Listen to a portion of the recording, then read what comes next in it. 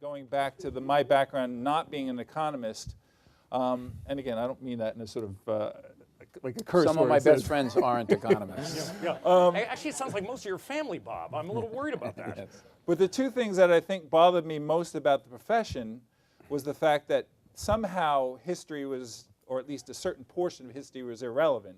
In other words, the only real things that mattered happened either in the past decade or the past, or the Greenspan era or the post-World War II era, and everything before that kind of didn't matter because the world had moved on.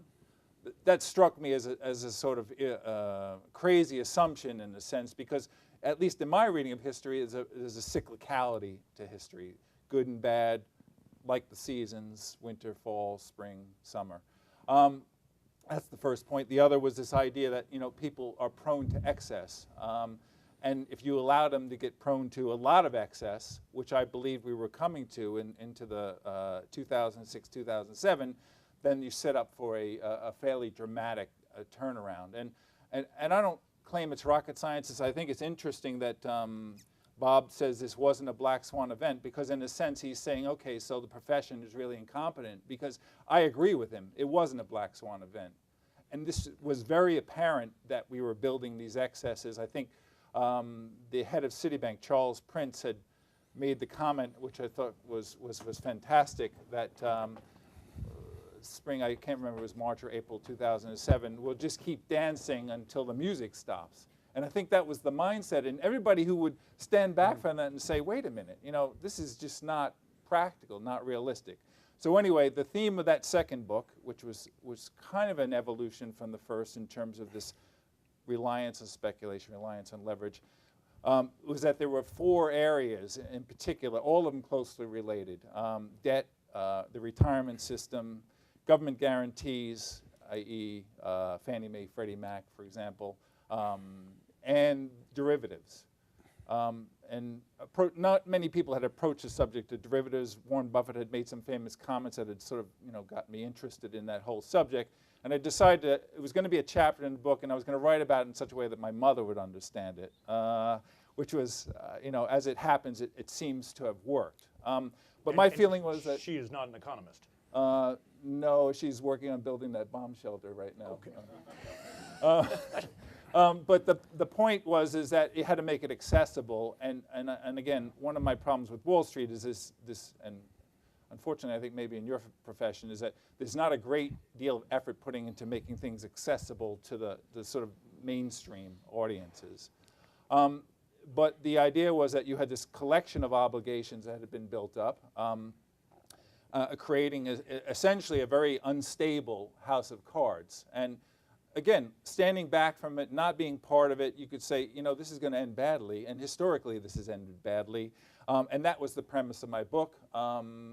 As it turns out, those who have read it, especially sort of after the fact, say it was prescient in many ways. I mean, I talked about Fannie Mae and Freddie Mac, I talked about AIG, I talked about derivatives, this whole unraveling process, I talked about financial crisis.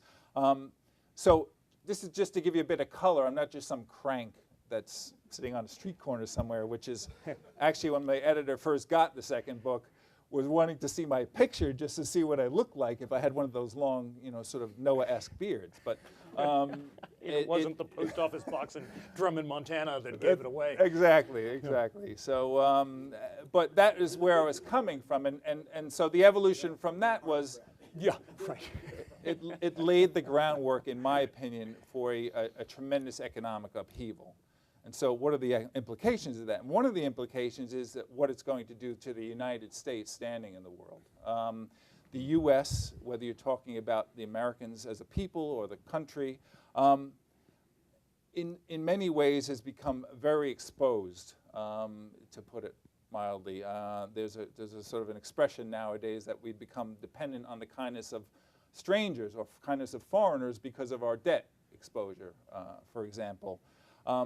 The other side of this was the fact that, again, there's assumptions. I'm not a political scientist. I'm not a defense analyst.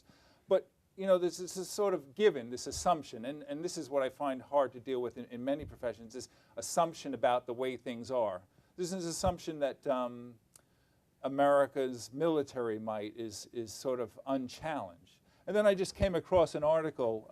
It was on a blog, actually, and it was kind of set the groundwork. And I kick off the introduction to my book that back in 2007, there was in the middle of NATO exercises, war games in the Pacific. I don't remember the exact location, but a series of U.S. warships, a aircraft carrier. During the middle of war games, a Chinese submarine popped up right in the middle of those war games. It was in the Daily Mail. It was hardly ever mentioned here in the United States. But the quote that I found was kind of interesting is that one NATO figure said the effect was as big a shock as the Russians launching Sputnik. And I thought, this is extraordinary. This is the American military machine, and suddenly apparently they were using a technology, cloaked technology. The submarine pops up in the middle of these war games, and all of a sudden the Americans are looking around at each other. What are they doing here?